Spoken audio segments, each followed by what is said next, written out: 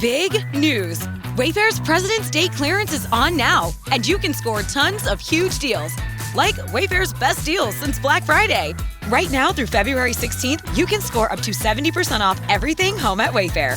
Like up to 50% off mattresses with fast and easy shipping straight to your door. Plus amazing flash deals on President's Day. Shop Wayfair's President's Day clearance now through February 16th. Wayfair, every style, every home. I'm Kamika Dillard, certified ACC professional coach and CEO of S.A.V.E Forward Coaching. At S.A.V.E Forward Coaching, professional growth isn't one size fits all. That's why we've created 3 ways to support you. DOT for building clarity and direction, RISE for resilience and intentional action, and VISION for long-term strategy and leadership. Each program is designed to help you move through setbacks with confidence and clarity and create momentum that lasts. No pressure, no hustle, just real progress. Ready to explore what's possible? Book a free discovery call at S.A.V.E.forwardcoaching.com.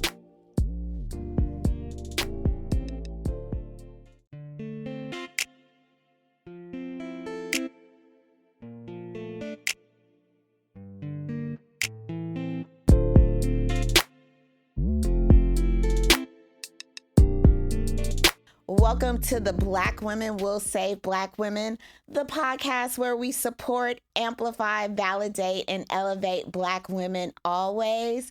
I'm your host, Kamika Dillard, and this is our sanctuary, a space built on the belief that when Black women show up for each other, we don't just survive, we save. This is more than a podcast, it's a movement. Let's get into it. In this week's S.A.V.E Forward Files, we got to be honest with each other, with ourselves, me talking to me. A lot of you guys have the same work ethic that you had in high school and college, and it's not working for you anymore. Oops, ouch, it hurts. I know. I have always been just super intelligent. I'm not like saying that just on some, oh, she really talking big shit about herself today. No. I'm smart. I'm a natural test taker, which is why I have a test prep business. I scored a perfect on my math on my SATs. I almost scored a perfect on the ACT. I'm just really, really smart. But I have leaned a lot on my intelligence to get stuff done versus my work ethic. I carried my half-assery, let's call it that, into my adulthood. And while I've been able to function highly in high school, highly in college, and even highly early in career around that, I can't continue to do that anymore. I can't cram. I can't do last minute projects. Even though I've managed to get A's on all that stuff, 1, my body just won't let me function the way that I used to function. And 2, it's just not producing the results that I wanted to produce at this point in time. If you have been a very long-term listener of this podcast, you will see a remarkable difference between the very first episode I've done and the later episodes that I'm doing now. Part of the reason why is that I prepare more in advance for my episodes. I take a lot of time. I set up my segments. I have my notes in front of me, which someone gets very upset when I go back and refer to them. But I am purposeful in like the way I plan and the way I want to show up, because I know that I can't just go off the wind, wherever the wind blows, and put out something if I want to have a really, really good product. So how do I know all my coaching programs work? Because S.A.V.E Forward Coaching is another part of the business that I'm working actively to make sure is successful. All the programs that I created had me in mind. I thought of myself first. I thought about how I would try to do too much. And as a result, I was getting nothing done, hence the DOT program. I had so many cycles of starting over, needing to reset, waiting for the opinions of others just to get something right in my mind so I can go back and execute, hence the RISE program. I came to the realization that, I can't have the life that I want if I don't have the work ethic to match it. So I stopped half-assing my life. I just do. I get a lot more done because I do less. And as a result, I see a lot more productive work. I see better results in the stuff that I'm really pouring my energy into. And I know that it works. So if you are ready to live up to your full potential and stop making excuses, which I know I will do myself, check out and visit failforwardcoaching.com. I'm here to help you. I have systems in place, and it's not just like fluff stuff. No, we put stuff pen to paper to get stuff done. And if you're ready to get that kind of or get those kind of results that I'm talking about, check us out. And that's this week's Fail Forward Files.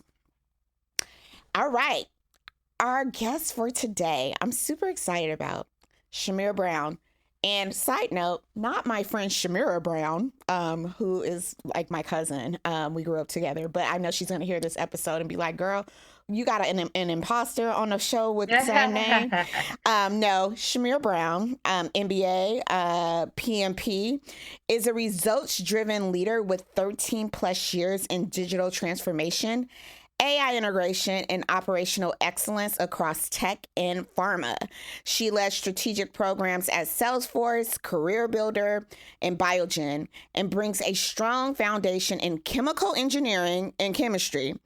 As host of the Crossroads and Callings podcast, Shamir shares stories of pivot and purpose while also giving back through organizations like Chicago Scholars and Project Sincere. Her blend of professional expertise and authentic passion makes her a powerful guide for navigating life's major transitions. Welcome to the sanctuary, Shamira Brown. Thank you. Appreciate such a warm welcome, Kamika. And thanks for thinking of me. Of course. I think everyone should know how we kind of like came to just even be in community with each other, which I think is always just good to know. One thing I keep preaching to everyone on my socials and my real life is that you got to be in community with each other. You got to be kind to each other. And we met as a result of Afrotech, correct? Yes, you did an Afrotech panel and you made yourself available to be reached out to. And so I was like, hey, heard you have a podcast. I have a podcast too. Do you want to talk about it? And it kind of just went from there. So I appreciate you being one of the few people that say reach out and and I reach back. That doesn't always happen. It doesn't also happen as seamlessly either because it happened pretty quickly. Then you extended the invite and I subscribed to your podcast. You subscribed to mine and it's just been good to support each other in that way. Yeah. So me and Shamir are both very early in our podcasting. I think we at this point have dropped the same number of episodes, if I'm not correct. I think you may be a little further ahead. This week will be 4 for me. Oh, no. See, I dropped 3 this week. So you 1 episode ahead, but I've recorded a ton of episodes, y'all. So Okay. A lot of stuff is coming. But I was just so grateful to like meet someone whose story is very similar to mine in so many aspects. So tell us your story of what brings you here today to even be creating a podcast, et cetera, et cetera. So I think we're similar in the sense that we both have a tech background. I think, and then we're both, well, I don't know if you're still laid off, but I'm laid off. I'm still laid off, girl. We Okay. trying to figure this out. And we Life got laid happens off. fast. Yeah, we're trying to figure this out. We got pretty much laid off very close in time too. Yeah, but I've been laid off 6 times. So I've been laid off 6 times of cycles of 3 to 4 years. And that occurred mostly in tech because tech is very volatile, ever changing. It's an industry that is high risk, high reward. They pay you really well, but the turnover is really, really high. It's just the nature of the beast. My first layoff happened in pharma, and it depends on how old your audience may be, but most people may or may not remember the crash of the economy, and specifically with healthcare in that 2008, 2009 Girl, time we period. millennials, we've been through it all and we do remember, sis. Yes. So that was the first time. And I will say a lot of my layoffs was just life happening to me. Like that wasn't something I could control. It was just the nature of the climate, the nature of the economy. But definitely caught me off guard and wasn't expecting to that to be um such a milestone in my career beyond that. And so I've had to kind of navigate things as they come with respect to the industry I'm in and as well as to my career. So tell us about the most recent layoff. Sure. So the most recent layoff, I was informed in February. I was officially relieved of my duties in February of 2025. But they kept me on payroll, and they said my only job was to find something internal if I could. Um, and I did interview, but nothing really panned out. So my official last day was in April of 2025. Yeah, so one thing about tech, they do keep you on payroll for about 60 days. That's the same thing that happened to me. I Mhm. was let go in July, but I was officially on payroll until August 31st because it was the first part of July. And Mhm. then, yeah, similar to Shamir, I had interviews internally and it just didn't pan out. So, what did you do your first official first 30 days of no longer being on payroll?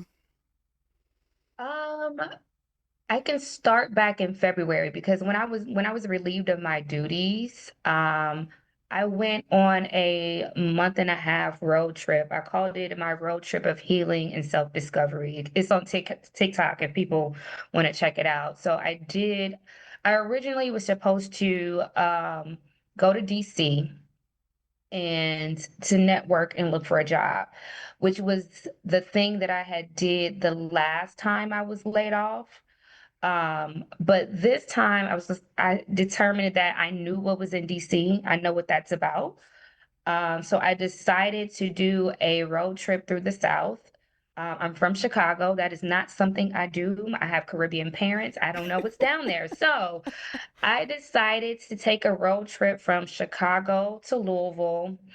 Went from Louisville to Nashville, from Nashville to Atlanta, Georgia, from Atlanta to New Orleans, from New Orleans to Dallas, Texas, from Dallas to Oklahoma, Oklahoma to St. Louis, then St. Louis to Chicago. So I was gone the entire month of March. I returned the week before I was no longer on payroll. What made you want to first drive? Because I'm not a driver, I'm a flyer. Yeah. What made you want to do a road trip to all these cities? What were you hoping to find or heal along the way? It's very interesting. Yeah. So I was looking for God. Honestly, I was looking for God. I was looking for myself. Um, each leg of the journey, I set goals. So I would do something local to the city, and then I will look up the local Black professional organizations and I would network with them.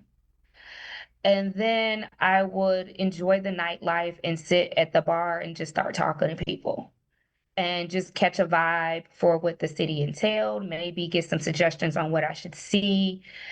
And I was just hoping that something would click. Mind you, this was my sixth layoff. I really didn't know what to do next. But I believed that something would come out of that journey. Why I took the road to Dallas, I always thought I would wanted to live in Dallas, Texas. And instead of driving straight to Dallas, I just took the extended route and just made pit stops.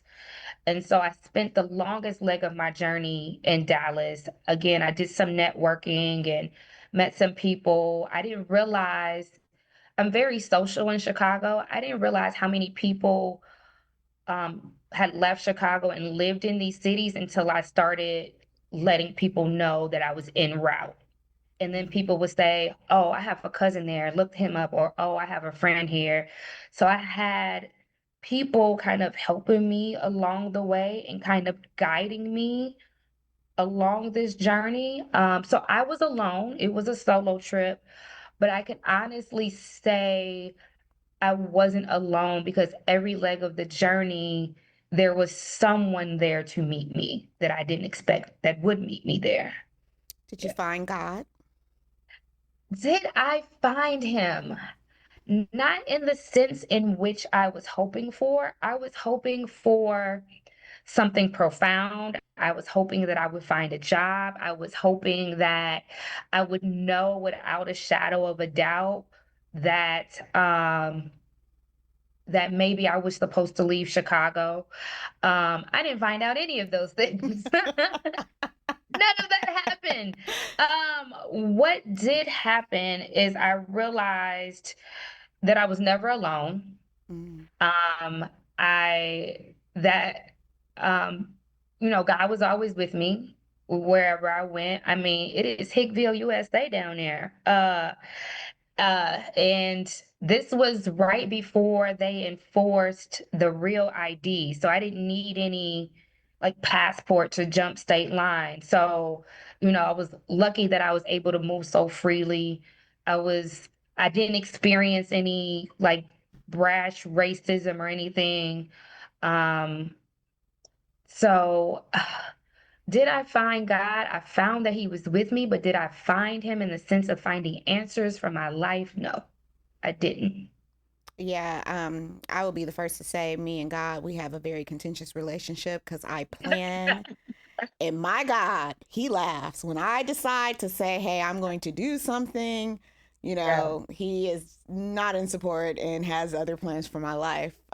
Mhm, mhm. So, yes. So I was hoping, if you told me you found God, maybe I would go on a road trip myself and hope that he might appear. um, No, I did learn some stories. So when I was in Dallas, and I mean cut you off, but you good? I had lunch with a young lady that was based in Dallas, worked for the same company. And you know how you just see people on the conference scene, and I just reached out to her on LinkedIn, similar to how I reached out to you. And every person I talked to asked me the same question. What are you doing out here? Everybody asked me, no matter where I was, what are you doing out here by yourself? Like, what are you doing? And her and I had a breakfast, and she said, and I quote, "I don't know what you're doing out here, but I'm glad that you're moving." And moving in the sense that I'm keeping it moving in my life because she told me a story of a young lady who was laid off around the same time I was. And she was in her early 30s. And as soon as she got laid off, the stress of it, she had a massive stroke. So not Mm, only was she laid off and no longer had a job, but she also no longer had health insurance and was in the midst of rehabilitating. So she shared that story to show me that how what the end result could be if you stop moving.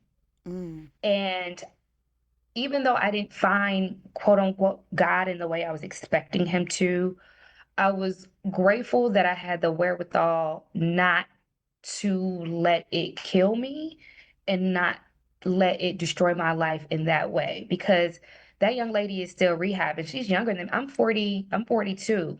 Having a massive stroke in your early 30s, I told the story to my mother, is almost unheard of. But we have a choice, and I definitely send my prayers to her and what she's going through. But it's either gonna kill you or it's gonna make you stronger. absolutely. And one thing I totally resonate with that entire story too, because I've in the process of me interviewing lots of Black women for my podcast, and the women who I'm interviewing specifically are women who have experienced job loss, and so Mhm. much of our value has been attached to our jobs. And when we've lost these jobs, we've lost a part of ourselves, and people are hurting, y'all. People Yeah. are Yes. hurting. Okay. you got to take care of yourself. I'm 43 and my dad died at 44. And one of my biggest fears, he died from a heart attack. One of my biggest fears is dying from the stress of this world. Mhm, And it mhm. is a matter of if you are here and you are alive, you got to keep going. You got to keep moving. You can't let situations like ours just paralyze you. Yeah, absolutely. So we get back to Chicago Hmm. and we take a look at our pocketbooks. So Yeah. did we get severance? Did we have our 6 months of savings? How are we looking financially? So financially, they were really generous, I will say. And all the times I've been laid off, this is probably the most generous layoff I've ever had. I got, I rolled up into sales as a sales programs manager. So I got my bonus because I was due to get my bonus in April. And of course, I was laid off in April, but they still gave me my bonus because it was my bonus from the end of the year. I earned it. I met my metrics. It was mine. So they gave me that. And then they gave me 25 weeks of my salary. And then I also got, um, of course, my unemployment as well. So I had a nice, nice little cushion nest egg towards the end of it now. I have, but I had like equity and some other things to kind of carry me along. So that is what I'm working on now. But they gave me a really nice package. So because they gave you a nice package, Mhm. did you feel compelled to hop into looking for a job immediately, or what was your mindset when you got back from your road trip? Like what were you trying to figure out from a professional perspective? So when I got back, I jumped back into the job search. I have a really close relationship with some HR personnel that was internal to the company. And every time they got a rec that said project management operations, they would send it to me. And that's how I got my first round of interviews. So when I got back, I interviewed probably the first two months. So I got back, like I said, mid-April. Um, and then I started interviewing in May and June. And the funny thing about it is I would go through the interview process and then get to a certain point and they would say, "Hey, we're looking for someone internal." And I was like, "Really?" Because I was just internal a month ago. The nerve. So it just really didn't make sense. Um, but I wasn't pressed. And I'm from Chicago, and if anybody knows anything about summertime shy, by the time Juneteenth kicked around, it was 90 plus degrees. It was boat season. I was just like, okay, I didn't get these jobs. I'm gonna just enjoy my summer. We only get 100 days of summer in Chicago, at least that's what they say. Um, so after having those three interviews, I just enjoyed my summer. So where are we at now in terms of our job search? Are we looking for a job? What are we trying to do? So since that time, I think I picked up my job search in September. And I went to a lot of conferences. The NSBE conference was here in Chicago. That was in the spring. So I did go to that before I went on my road trip. And then I went to the National Black MBA Conference, which was in Amazing. September. Yep. Um, and then I did not go to Afrotech, but I'm going to Techsgiving in DC. So Hmm. I've been on kind of the conference scene trying to network, and that has been my way of looking for employment. I also joined at the end of July, I joined this group called Career Evolve, and they have this 5-step process that covers like mindset and career search. So I had that group to kind of lean into to like kind of help me get back into the mode of looking because once you're out of it, you really don't want to do it anymore, just being honest. And then you really don't have the wherewithal to really want to deal with the kind of rejection of it all. But getting into that group, they have like phase one, which is all about mindset work and meditation and dismantling negative thoughts and 100 reasons why, which is like affirmations. And then from there they teach you how to do your outreach and really get back into searching for a job. So I am actively looking for contract roles, full-time roles. I pitch my skills on different platforms because I have an LLC, so as an independent contractor as well. I acquired my Scrum Master certification over the summer as well. So I've been, when I talk about it out loud, I haven't been as passive as I think I am because that's a lot. Like It road trip, is. certification, career Conferences. evolve. Like I've been kind of busy. Yeah. Yeah. And what else are you working on besides all Yeah. those things? So I started my podcast journey similar to you in November. First episode went live November 7th. And that has, just been ministry. I think doing something like a podcast from, dare I say, like a broken place, Mm, um, can be very healing. And the fact that you're exposing something that people are typically very ashamed of, it takes the power back, and it allows you the freedom to create the narrative for whatever you want it to be. Um, but I'm not gonna lie, it has it has been, I do have my moments where, you feel lost. You don't know what else to do. And I created my podcast out of the need because so much life had happened to me. Like I said, 6 layoffs is a lot, and there's a lot of story in there. I needed to feel like life wasn't just happening to me. I was at a point where I was like, God, we got beef. Did I offend you? Is there a problem here? Did my ancestors do something? Like it was just got to a point where I was being very negative and I needed to hear testimony service, not in the sanctified church sense, but I mm. needed to hear people's coming out stories. Yes, this happened to me. Yes, life happens, but this is how I came out. Like there is an other side, and that is where like crossroads and callings came from, just seeing the other side and acknowledging that life is not linear and it happens to us all, but after that there is more, there is hope, there is something else. So Why did we decide to call it Crossroads and Callings?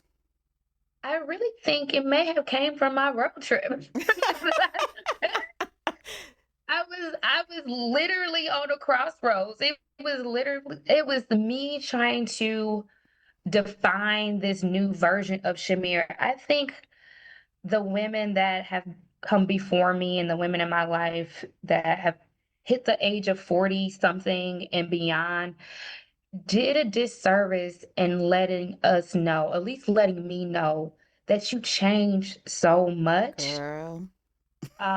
Not just like like this is a whole new body, okay? Like this a whole new body. My skin has changed, my hair has changed, but like me as a person has changed. And I was not prepared. I was not prepared for that. And I think that was the beginning of my crossroad, thinking that something was wrong with me. Why haven't I been able to make this corporate career thing work? What did I do wrong? And when I tell you I've done so much soul searching and I've taken accountability for the areas in my life that I said, okay, this I could have done this differently, or no, this was, I can kind of see my role in how my life has played out. But I think I needed someone to tell me it's okay if you don't have it figured out at this age. It's okay if you're not married. It's okay if you don't have kids. It's okay if you're not VP of operations. And I think that's what was the kickoff to me kind of figuring out what to do next. Do I think I'm in my calling? I don't know. I feel like I'm in purpose. I feel like I created a platform of safety and sanctuary as you have, giving people the opportunity to be vulnerable and to share their stories. They feel freer after they come. And then people are learning. So it's this knowledge sharing in a way that I didn't have when I needed it. I'm becoming what I needed. Listen, I totally agree. One of my biggest beefs with Gen X, even baby boomers and the forgotten generation, is I don't feel they were comfortable enough in their vulnerability to really kind of let us know how this life really, what life really is about. Yeah. Because I swear, even with, since we're so close in age, we're dealing with perimenopause, which I never even heard about perimenopause until like a couple of years ago. Yeah. And like I get so like angry sometimes with like my mom and like my aunts because they didn't talk about like the series of your body changing, your mind changing, like how Yes. you feel. Like, and I just said it's so indicative of that entire generation. They just didn't share enough shit. Like, why didn't Mhm. you tell me like my body was going to change? Why didn't you tell me that like I could do all the right things and still not have the success that I thought Yeah. I would be entitled to? Because when you say, oh, yeah, you've had 6 layoffs, I've never left a job voluntarily on my own. So I've Yeah. had layoffs, I've been fired, and you think you're doing all the right things, and if you mark this box and check this list and go through this motion, you will get to X, Y, and Z, and that's just not how life has played out for us. And it's Yeah. frustrating. It's really It frustrating. it is. No, I Yeah, can agree. which is why I'm so glad that you're using your platform also to share your stories, to bring others around to, share their stories. It is purposeful work. Now, I don't know, like, listen, I ain't making no money off my podcast right now. Yeah. And I would love to, like, be like that person that says, oh, no, this is like my life, like certain people, but I know that I'm walking in purpose right now. So, with that being said, how would you like for this community to save you? How would you like for us to show up for you? I don't know if I need saving per se. Saving meaning support, amplify, validate, elevate. Oh, okay, girl. Yeah, support me. Um, by all means. Oh, you can follow Crossroads and Callings on all social media platforms. It is spelled with the X, so CRXRDSCALLINGS. We are also on all major podcasting platforms. Subscribe to Substack. I do a little bit of article writing, um, just to kind of set the tone for the episode. Um, so by all means, reach out and subscribe. Open to having more conversation. If anything in my story perked their interest, I'm happy to share like what life on a road looked like for those 30 plus days. Like I said, it is on TikTok, but that was not my first trip that I've taken to just heal. Um, and so if they have any advice on how I got started, how I planned for it, just open to sharing that. And yeah, that's about it. Okay, I love it. Thanks, Shamira, for sharing your story and Yeah. being vulnerable. And yes, we will make sure that we drop all the links in the podcast description. I'm excited about whatever these next few months look like. Would love to follow back up with you to see how you're doing and to see what else you might be working on. But you've been awesome. Thank you. Thank you so much, Kamika. Awesome. And yeah. All right. So, for this week's save strategy, oh gosh, I lost my save strategy. It's okay, Kenyon. You can edit this part because my screen just went completely blank on me. I promise you, Mercury retrograde is kicking my butt. Okay, just an FYI. All right. In this week's save strategy, we are going to focus on the E, which is elevate. I really want you to think about how can you level up in your life right now? Like, what can you be doing better to ensure that you are on the pathway to living the best life possible? So, like I shared earlier, I recognized that I was doing myself a disservice by having the same work ethic that I had in college in my early 20s. I would even say in my 30s. I really want us to think about ways to move forward to elevate our lives for good. So, and for better. So it could be as something as simple as, you know what, I'm not going to buy, um, not to knock anyone who does shop. I'm not going to buy fast fashion because the money that I spend on fast fashion over and over again, I could just buy some signature pieces and have in my closet. I want to elevate the way that I look for 2026. It could be as little as, hey, I'm going to be really conscious of what I put into my body. Meaning, like, hey, I'm not going to just eat junk food. I want to elevate, like, my diet, my way of living. Think about, like, what elevation really looks like. I think sometimes we think of it from a money perspective, but there's so many different ways that we can elevate, level up to ensure that we're loving ourselves and giving the best of ourselves, or giving the best to ourselves so we can become the best versions of ourselves. And that is this week's save strategy. As usual, follow, like, subscribe on all social media, on Spotify, on Apple. Black Women Will Save Black Women. YouTube. Please go and subscribe on YouTube. As usual, support, amplify, validate, elevate. That's how we save. And never forget, Black women will save Black women. I'm your host, Kamika Dillard. See you next week.